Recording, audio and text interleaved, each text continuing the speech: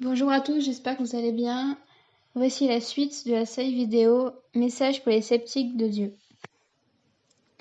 Une semaine plus tard. Olivier. Bonjour, désolé du retard. Monsieur Lévy. Pas de souci, on a toujours besoin du temps. Olivier. Depuis la dernière fois, j'ai mené ma petite enquête. À ma grande surprise, il s'avère que tout ce que vous m'avez dit est vrai. D'où en savez-vous autant sur la science? Vous avez étudié les sciences profanes?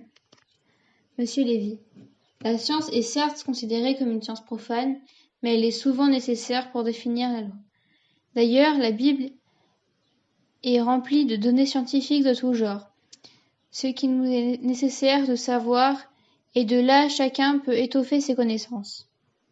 Olivier.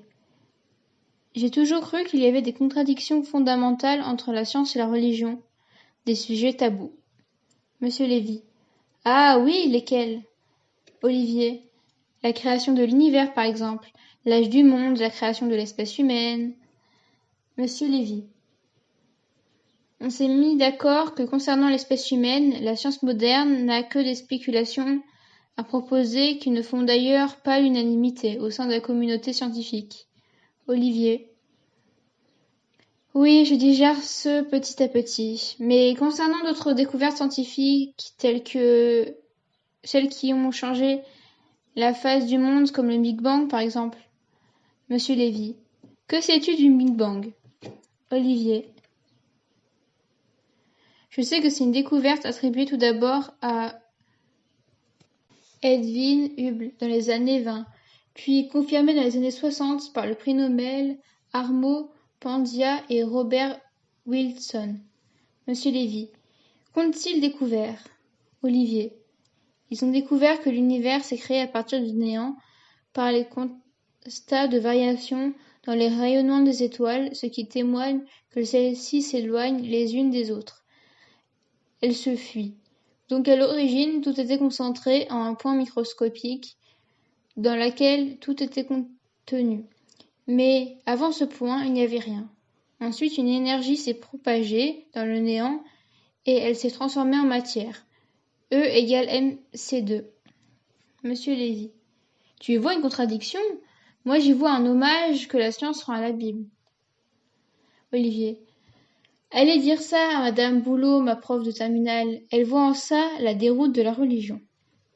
Monsieur Lévy. Regarde, jusqu'à ce jour, la conception scientifique héritée des philosophes grecs était que le monde n'avait jamais été créé, mais qu'il existait depuis toujours. À l'opposé, la Bible a toujours dit que Dieu créa le monde ex nihilo. Mais plus que ça encore, la science moderne dit, comme tu l'as affirmé, au commencement toute la matière était condensée dans un point, en un fondement minuscule qui s'est étendu jusqu'à l'univers. Et tout ce qu'il contient. La science n'a pas d'explication concernant cette énigme. Comment est apparu ce point à l'origine de la matière? La science ne fait que constater le fonctionnement des choses et définir leur mécanisme. Les origines de la matière relèvent de l'inconnu pour la science. Olivier. Donc vous dites que ce n'est pas une contradiction? Monsieur Lévy. Bien au contraire, ces découvertes sont mentionnées dans la Bible depuis toujours avec précision stupéfiante. Olivier. Comment ça? Monsieur Lévy. La science part du postulat que le Big Bang initia le temps et l'espace en une fraction de microseconde suivant la création. Toute la première production matérielle du Big Bang fut concentrée en une énergie particulièrement intense, ce qu'on appelle la radiation électromagnétique, quelque chose ressemblant à des faisceaux de lumière extrêmement puissants. Puis durant les toutes premiers instants suivant la création, alors que l'univers s'étendait à grande vitesse, étirant l'espace, une transition se mit en place. E égale mc2. Au moment où l'énergie se condensa pour former la matière, de cette découverte, tu peux noter deux grands points. Le premier, c'est qu'à l'origine, tout était contenu dans un fondement minuscule, depuis lequel tout s'est étendu, et le second, c'est que l'énergie est à l'origine de la matière. Olivier. C'est bien ça, monsieur Lévy. Mais il y a plus que tu ne le crois. Olivier. Et personne n'a jamais pensé à monter un business de tout ça?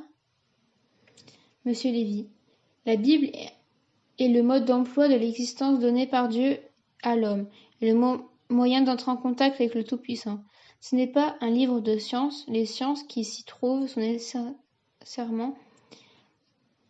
nécessaires à certains aspects de notre fonctionnement.